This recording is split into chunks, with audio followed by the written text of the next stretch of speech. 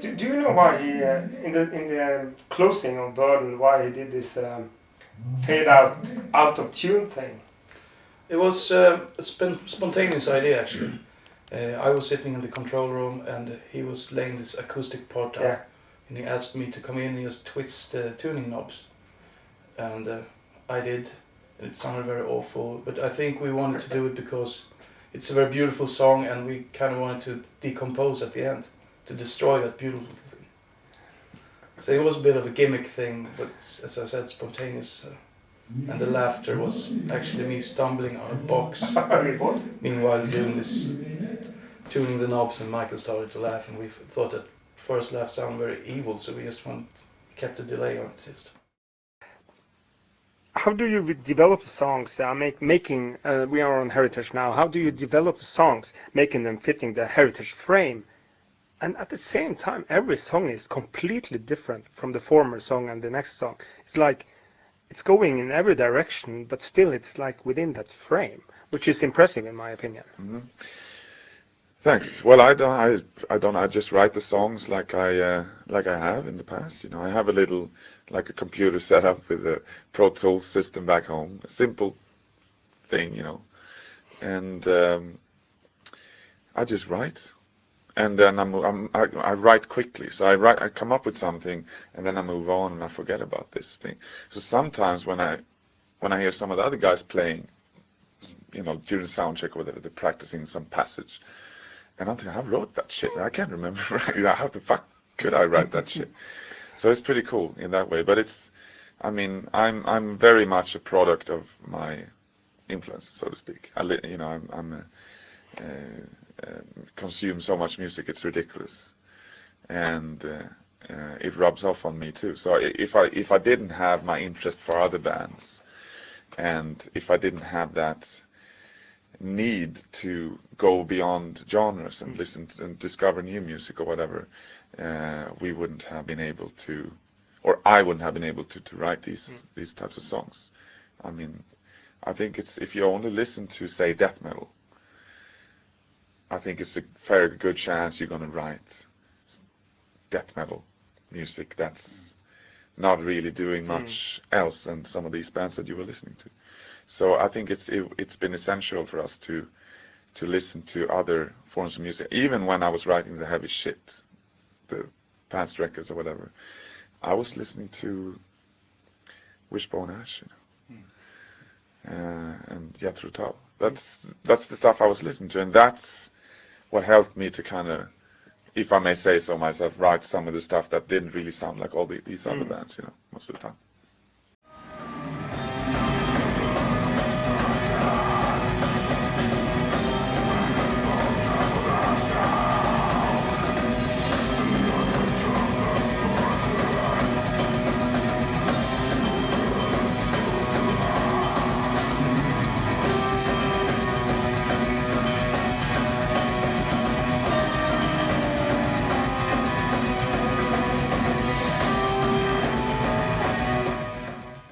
Yeah, I think the last song on Heritage is fantastic, Marrow of the Earth. Thank you.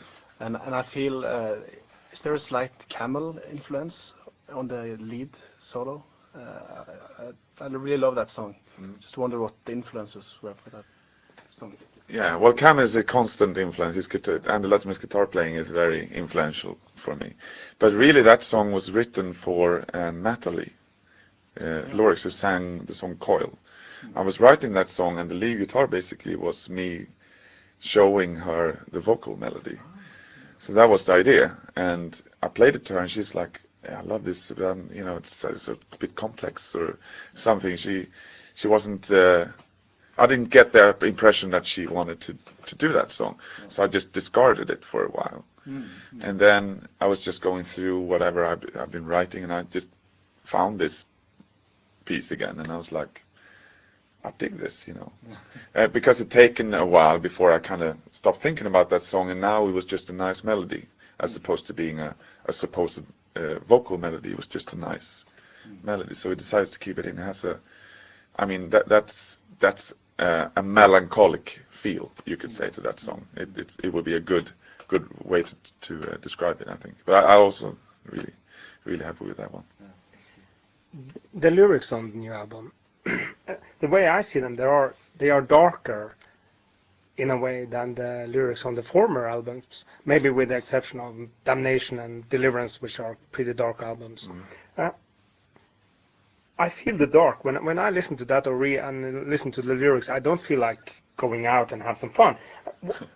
What is it that inspires you, lyrically speaking, both that song and the themes on the album? Well, it's been more and more with time and with as I get older, more personal, I guess, And it was certainly not the case in the beginning. I was just, looking for nice words, basically, in the beginning and writing nonsense type of lyrics, especially for the first record, to some extent for the second album. That was my first personal lyric on the second album, song To Bid You Farewell, which I wrote. My girlfriend broke up with me. I was devastated. Fantastic song. Yeah, it's old shit. And yeah, so yeah, it's embarrassing. And then the third record, I wrote a concept piece, which was just basically something I made up, like a concept. And same with the fourth album, concept about. It had a story, but it didn't relate back to my personal life. Really, it didn't have anything to do with me. It's just trying to be King Diamond. And then Blackwater Park was when it started to become more personal, when I feel detached from society, because I've been spending so much time not feeling like a citizen in my own, in Stockholm. I was just, I didn't have money, I didn't have job, I had some friends who were in a similar situation, and I started to feel like I couldn't relate to what's going on in my city with people who go to work every day, and I started to write some, in lack of a better word, some misanthropic type of lyrics, which is what became the concept for Blackwater Park. And then it kind of escalated, and I was writing more and more personal lyrics, which I didn't really like, because people are going to ask me about them. And I also didn't want, because sometimes you write about somebody and you don't want them to know. It's a very good way to vent, even if I don't feel like I need it, I'm able to do it through those lyrics. And to this day, I think a lot of people don't know a specific song about them. And lately, this last album is very personal. And Watershed, extremely personal. Ghost Reveries, I tried to get away from that by writing a occult concept that kind of failed. But there's some nice lines in there. And ultimately, I just want words that fit together with the music, And it doesn't really have to mean anything. And I wish I could write lyrics that are just nonsense. And I wish I had the guts to tell, well, I don't know what they're about. They're just shit stuff. Shit I can't come up with.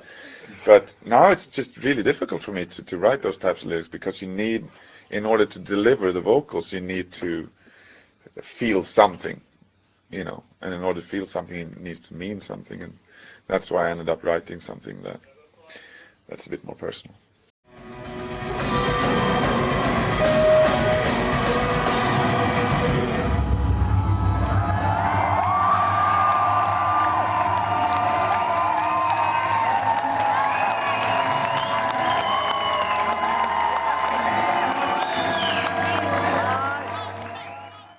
With the Watershed album.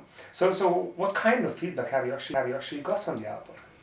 Well, journalists, it's been very popular, I think. If you look at metal magazines and stuff, they do the year vote for the album of the year. And I think we had won a few of those, and we're definitely in the top positions.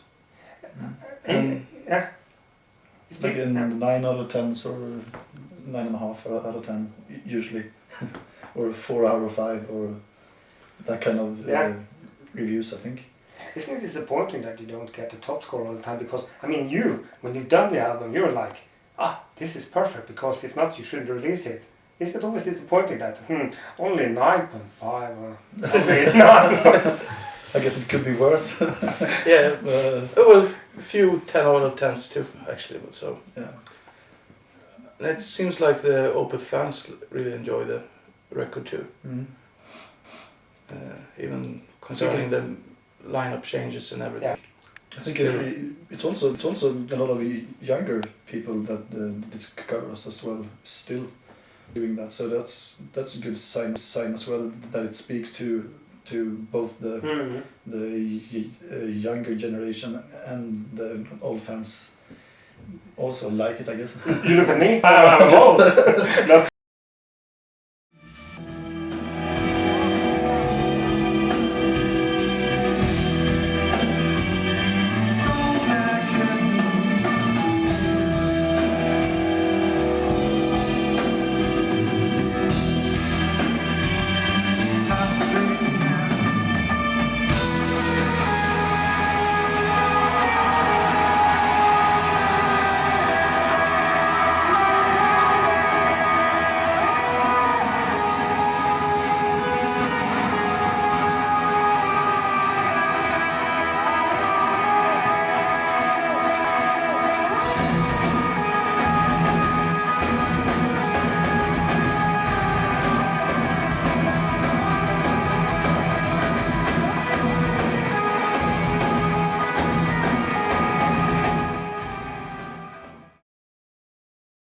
One thing about Watershed is that it's not as dark as Ghost Reverie. Maybe that's one of the reasons why I think, musically speaking, maybe that's one of the reasons why people maybe adjust more to it, perhaps, than Ghost Reveries. Maybe I wouldn't say it competes with Ghost Reveries. I think Ghost was another good that was good in that way, or in that at that moment, and it doesn't compete. If you think that Watershed is a good record, you could still think that Ghost Reveries is a good one. So I think it's a totally different area, or I think Watershed is more like Blackwater Park than Ghost Reveries, I think. I mean, on Watershed we have almost a 70s type of ballad, Burden, which is but Opeth has had ballads before, of course. Of course. But this one might be a bit different in that sense. But it's still kind of sad, I think. Does the music come first, or? Yeah, music comes first. But usually I when I write now, since I have all the means to record everything, and I write for all the instruments in my home, I come up with a piece, like a little segment or something, and then I immediately try to sing like a vocal line, and then I just scribble down. It could be anything from. It could be bad English, and it could be about, as you said, going out having fun, to something really good when you just write from the top of your head. Just something, wow, that's not too bad, I saved a lot of those lyrics. Like the first song, Devil's Orchard, take the road where devils speak, God is dead. It's one of those things I just wrote down. And I was like, it's a bit gimmicky and I'm going to change that. But then people was like, that's a good hook. And I was like, okay, say it then. Saves me some time. If you want to write some shit lyrics on the next album, you could write something about changing diapers or something. Yeah, you could that, but you exhaust the subject like that pretty fast. You can't base the whole record on changing diapers. And I know everything about changing diapers. We're all part of one big family. Kan slippa längre. We're all part of